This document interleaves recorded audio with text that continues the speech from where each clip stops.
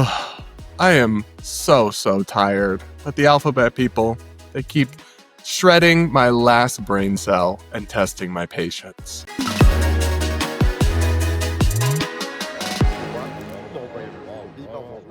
We're going to talk about another celebrity coming out as a fake sexuality and so much more on today's episode of the Brad vs. Everyone podcast, filmed from a discreet hotel location in Colorado as I'm traveling for an event.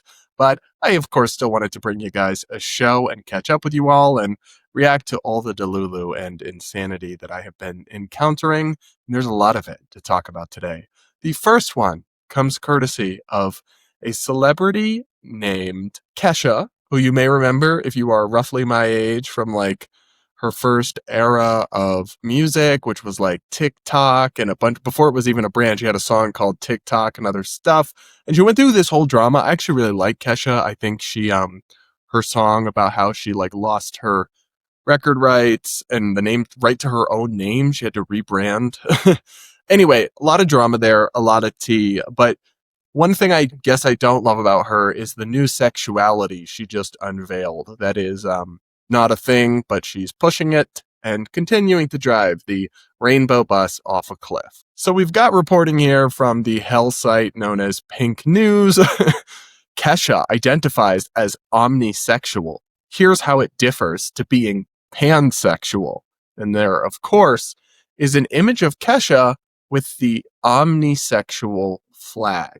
I love how the title of this article is explaining how it's different from pansexuality, which is also not a thing. These are all just spicy bisexual people. It's just like bisexual with extra steps.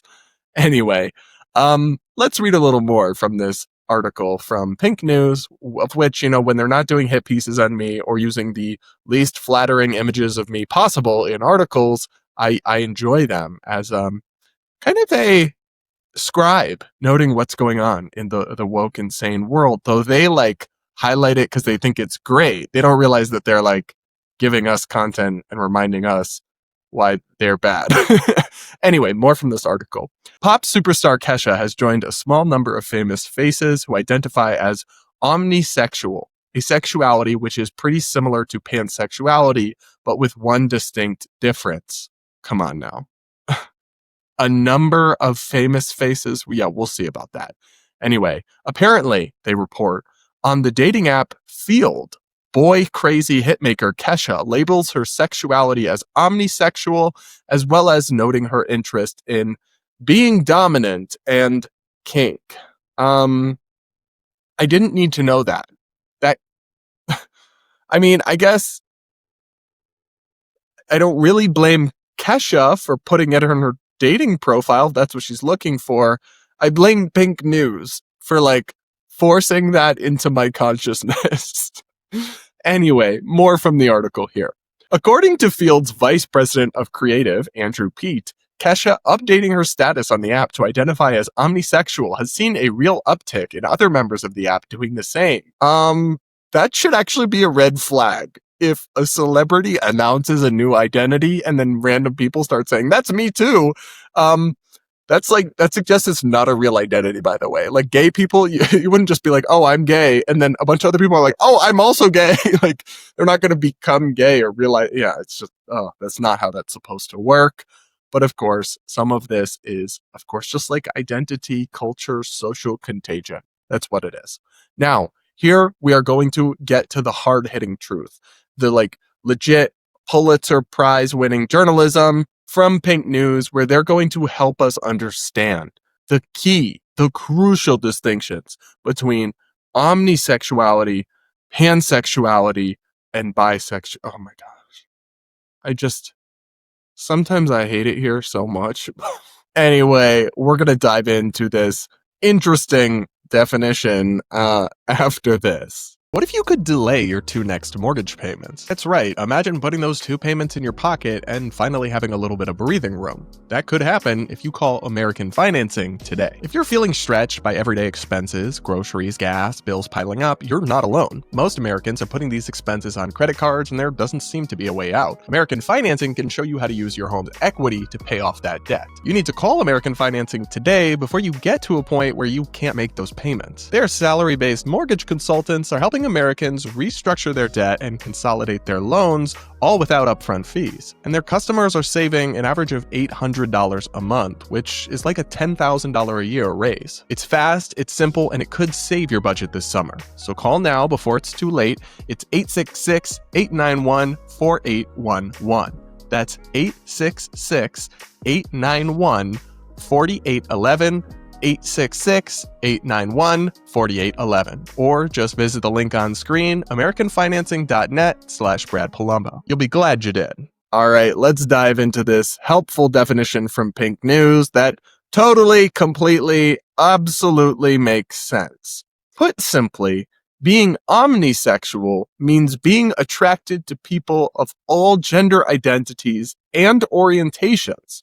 It's a description similar to that attached to pansexuality, which describes someone who isn't limited by sex or gender when it comes to those they're attracted to. The difference is subtle, but it's there. Is it there? Is it in the room with us? Is the difference between these two definitions in the room with us?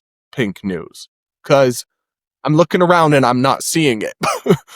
You're saying one of these identities, totally real, legit, I'm an ally, means that you are attracted to people of all gender identities. And the other one means that you are attracted to people regardless of their sex or gender.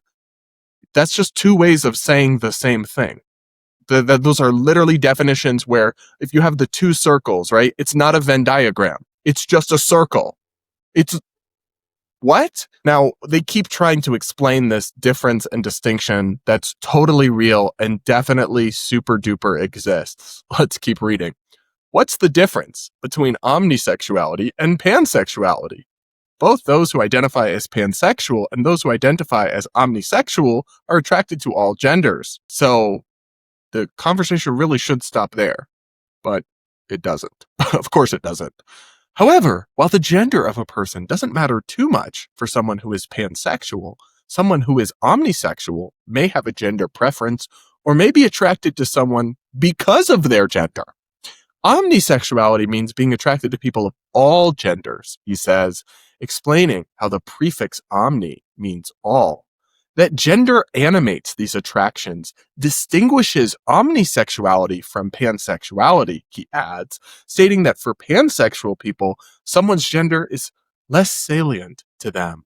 That the full range of genders are found attractive typically distinguishes omnisexuality from bisexuality.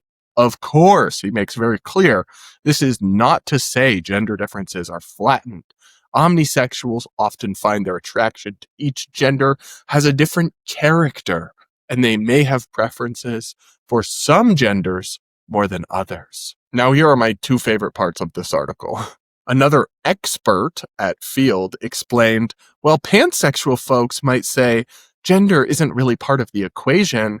Omnisexuals are more like, I clocked it and I'm still into it. It's attraction with awareness, not in spite of it. They really just want to make shit up so bad. They just want to be so special and so different. They already had to invent a fake thing that's just spicy bisexual, pansexuality. And then they have now to come up with another word that in practice, there's literally no distinction whatsoever between omnisexual and pansexual. And of course, this celebrity trying to gain relevance, I guess, is adopting this label. No, Kesha, you may be bisexual, and that's okay. That's fine. There are two sexes, by the way, and people can be attracted to either of them, one of them, or in some cases, neither. But there's no such thing as omnisexual. Even pansexual is a real stretch. The only actual argument I've heard for it is, well, pansexuality includes trans people. I'm attracted to biological men, biological women, and trans men and trans women, whereas bisexuality is just men and women. I sort of can see why that would be useful, but to me, if you're bisexual, you are also possibly attracted to trans people, because again, your attraction is about sex more than gender identity. What even, like, there isn't even a coherent idea that exists known as gender identity. I mean, what they're saying is that they believe gender identity is just how you feel inside, and it can change in a whim or on a moment. And people are not typically attracted to like how someone else feels on the inside. Now, they're also not attracted to chromosomes, so it is complicated and nuanced in some ways. However, if you are bisexual, you are open to being attracted to people of either biological sex, and there are only two. And fundamentally, sexual orientation is about sex, not how you feel inside. So all of this is just spicy queer. It's just identity Olympics, oppression Olympics. It's just people trying to make themselves seem more marginalized than they are. And I don't know if they realize it, but they just make us all look like a joke and drag down the entire LGBT community. Now I'm going to show you guys my favorite part of the article, the disclaimer they were forced to add to it, which I found entertaining. But first, guys, remember to subscribe if you haven't yet. Hit that like button while you are at it. Remember to send in your voicemails for my Voicemail Friday episodes, where I react to your woke horror stories, your personal life scenarios. I give you my advice, and I answer any questions you guys have for me. The link to send in one of those is in the description. And remember, guys, you can always listen to full episodes of the Brad vs. Everyone podcast on Apple, Spotify, or iHeartRadio. Now, guys, we're going to read what they put at the end of this article that I just found kind of funny. Share your thoughts. Let us know in the comments below. And remember to keep the conversation respectful. I also want to hear y'all's thoughts. So I want you guys to let me know in the comments if you think omnisexual is valid. And you can be a little disrespectful. Like, not too much. Don't be mean. But like a little disrespect, I'll allow. I'm not going to be all pink news on you. And of course, you know, they never have that be respectful energy to like J.K. Rowling or people who disagree with them. That is very much one-way energy over at Pink News. They weren't exactly respectful to me in the articles that they wrote over the years. But of course, I don't want to encourage any bullying or shaming. I got nothing against Kesha. I like her music. I think she's talented. I don't really care who she dates or the fact that she's bisexual. Totally cool with me. But stop making fake shit up. Stop making us all look like a joke. Dave Chappelle, he hit the nail on the head. The LGBTQ community, the Wi-Fi password, it has become a clown car, and they have fit so many freaking clowns into that car that like now there's no more room. Okay, the doors are closed. Not a single another clown, not even a midget clown can fit in that car. Okay, we're done. Stop making up new shit. Stop adding things. Stop inventing things. You don't need to be special. You don't need to be different. You will be okay. But thank you so much for trying and for your contribution, Kesha and Pink News. Okay, guys, up next, we're going to react to a TikTok waiter. So a server who makes content on TikTok. I discovered this like server talk recently, and I have never worked in service, but I have hella respect for the people that do, because their experiences sound genuinely terrible, and I just could not do it. I would be terrible at the job. That's why I always tip well. I'm like, I could not do it. So power to you. And I also could not put up with people's bullshit. I would just snap. I'd be in jail. That's all I'll say. I would be in jail. But anyway, I do enjoy listening to these videos that these servers make where they rant in their cars and they complain about the people who came into the restaurant that treated them poorly. But I always wonder, like, can you really just like talk shit about all your customers publicly like this in a video that gets 500,000 views? Like, is your boss not going to notice that? And are they really going to be okay with that? I always wonder that. And now we have discovered the way that works. Here is a video from somebody who posted videos trashing their customers, maybe for good reason, but trashing customers on the internet. And now, shocker, got fired. Hey guys, I just got fired from a big corporation.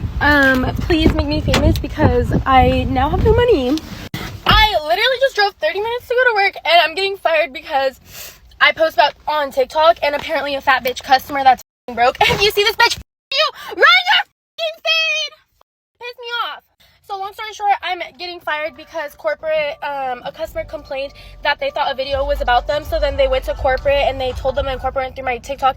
And keep in mind, on my TikToks, I never post where I work. I never post the logo or nothing. So you, Changs, I'm not going to at you because I don't want you to see me, but you, because I was one of the best, strongest servers at this restaurant for the past 2 years. You're weird as shit. I never bashed your company before. I literally loved working here. And if you're the person that ratted on me, you're fat, you're ugly, and you're broke, run your fade. You know where my TikTok is, bitch. So, girly here seems, like kind of fun, but I also have a thing for messy women. Doesn't seem the most stable or the most thinking through things logically. I don't know what to tell you that you thought you could.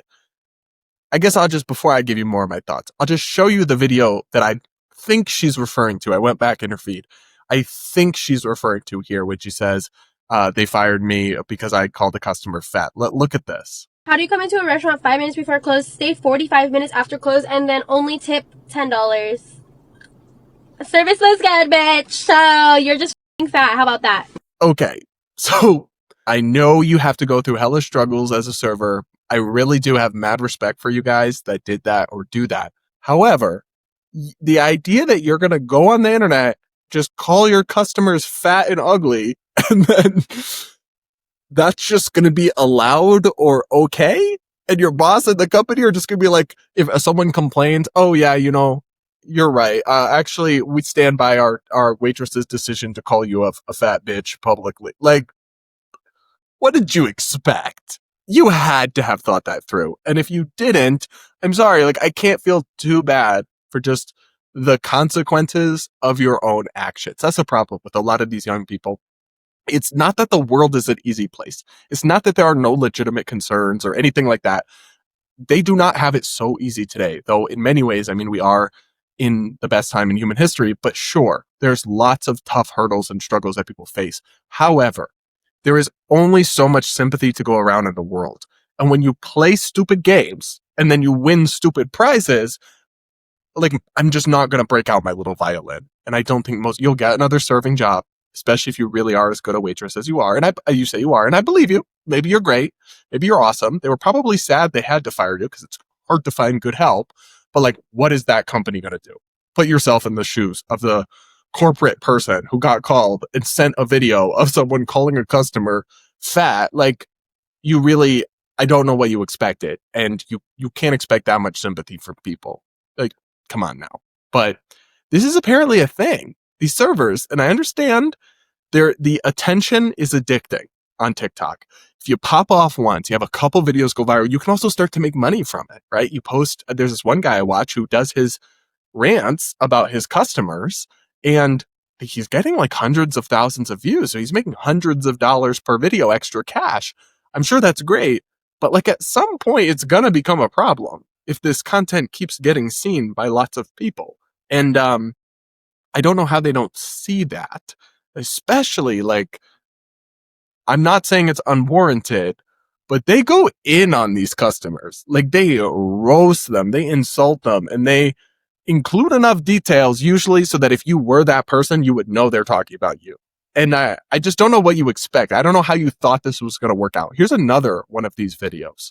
So I just got fired from my job right now. Like 5 seconds ago, I just walked out the doors and I'm in my car right now. I don't really know like what's going through my head right now.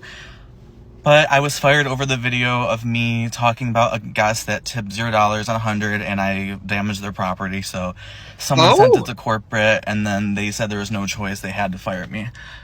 So I'm just over here. I'm just here existing. I don't know what to do.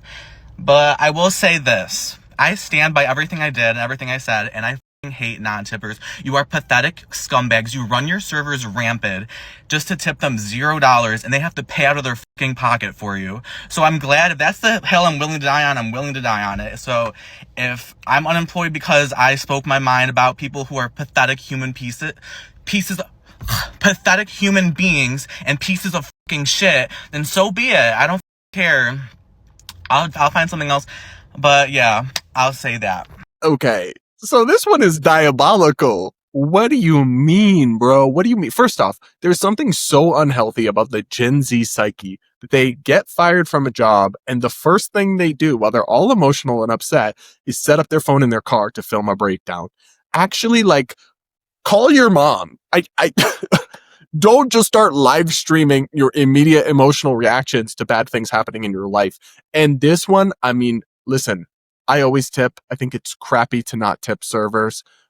However, nothing justifies you damaging someone's property and then bragging about it on TikTok. You 1000% deserve to be fired, and frankly, probably deserve to catch a criminal charge if you like keyed their car. I don't know. He didn't say what he did, but if you did some actual serious property damage over not getting a tip, which, while I think it's crappy, they are allowed to do, yeah, not only should you, of course, be fired, but also, like, that's a crime, babe. How stupid are we now that young people just get up and film their confessions? Like, CC at local police. I don't know how to tell y'all this, but setting yourself up, fixing your mouth to go yap about how you just did a crime might get you a little bit of likes on TikTok, but is probably not worth the consequences of that.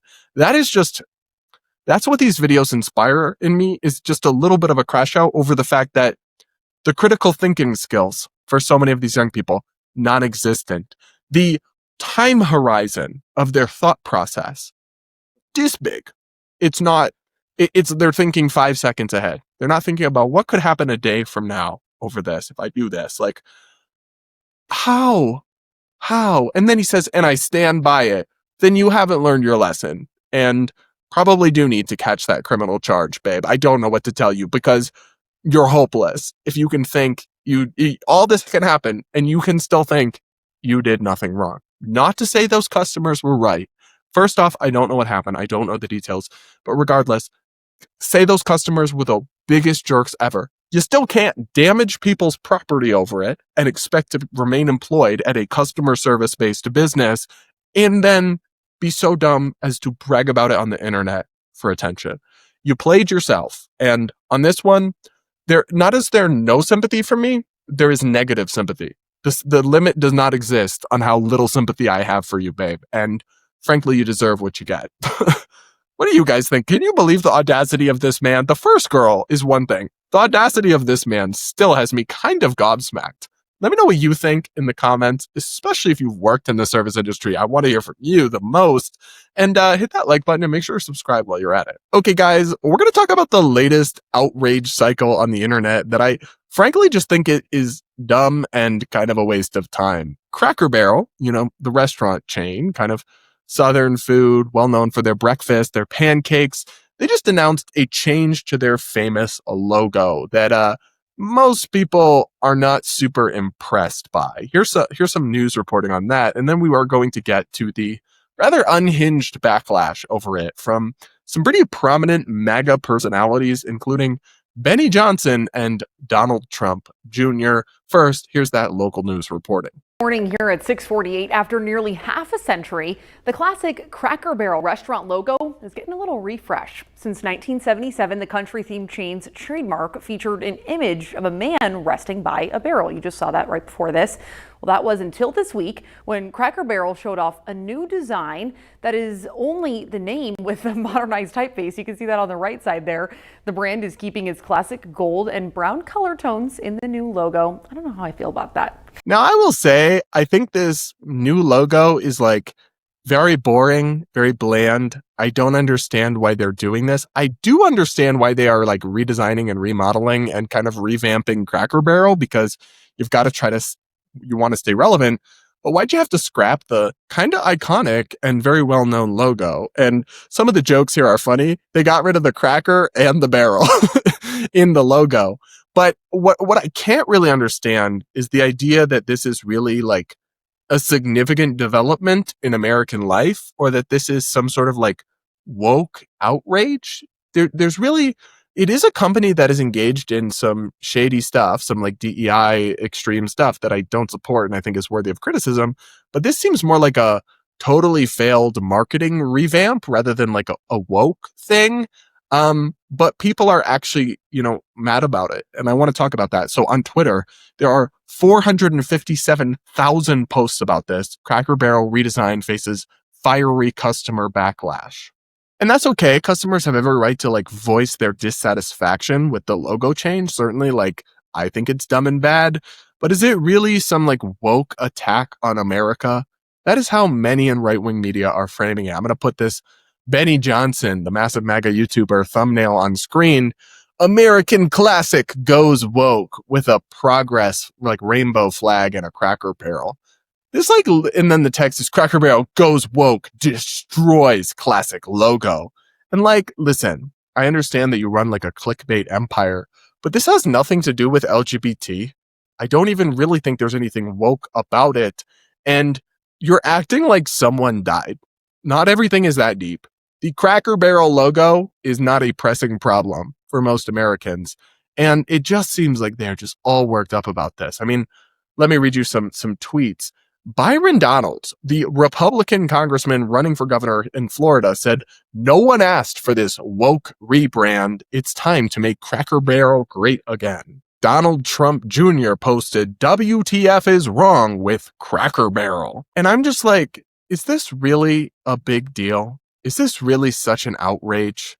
Are y'all not just inventing shit every day to stir a culture war up about? And what is it that y'all are so keen to distract from? Is it the fact that Donald Trump has not released the Epstein files like he promised? Or is it other serious issues where Americans actually have concerns that you don't want to talk about? You just want to invent and there's a lot of woke insanity in the world, but you don't have to make up something woke to rage about every day. That's what I think these people do for a combination of clicks and distraction bait. I find it exhausting. And I also think, as somebody who is a pretty serious opponent and critic of, for lack of a better word, wokeness gone amok, the kind of 5-alarm fire every day. When the M&M thing happened and they were so mad about the female M&M or whatever, and now Cracker Barrel's logo, it's when you are at a 10, everything is woke, outrageous, anti-American, just like the wokes calling everything racism, everything sexism, everything some form of bigotry, water that down. It's you are going to, in fact, I think you already have, you're going to water down the seriousness with which people take the critiques of woke culture when you make a mountain out of every single molehill. It's just, to me, exhausting and counterproductive. But what is funny to me is that at the same time, there are also some people who are so crazy and so woke that they actually are responding to this in even an almost crazier way. Listen to this. Cracker Barrel has everybody nooses in knots right now. I mean, literally, their crosses are burning. Now, I'm not sure who went into Canva and did this for them, but the people are up in arms. They're thinking about seceding from the nation again. You see how open and bright and spacious it is now? Very live, laugh, love in here. It's almost as if you won't be turned away because of your skin color, but you will be profiled while you're there. Now, they will still have their vintage candies like the sugar daddies and whatever this whites only candy is. And the people are so upset about this woke remodeling that they're acting as if they said we can play spades and dominoes at the table.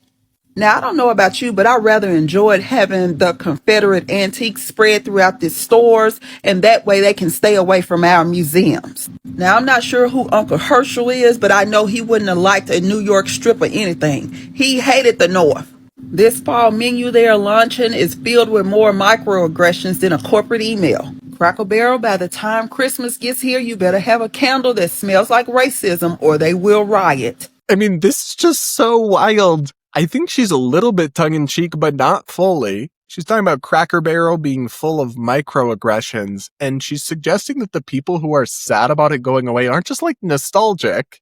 They're pining for the Confederacy. You lost me, babe. You lost me. 1000%.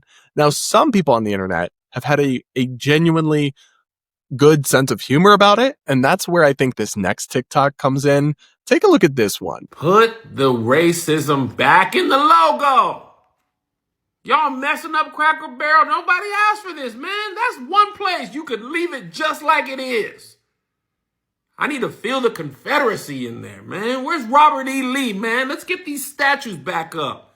The South shall rise again. I don't want this woke crap. What DEI hire made this logo? This is terrible. Robert E. Lee is rolling over in his grave right now. You just want to welcome everybody down to the barrel? Nah, man. You need to feel like you don't belong. That's what makes the edges of the pancake crispy. It's racism. This Chip and Joanna logo, Food Network. I hate this woke crap. Go woke, go broke. I won't be going back down to Cracker Barrel until they put the old logo back. So this guy is clearly having a good time with it and joking about it.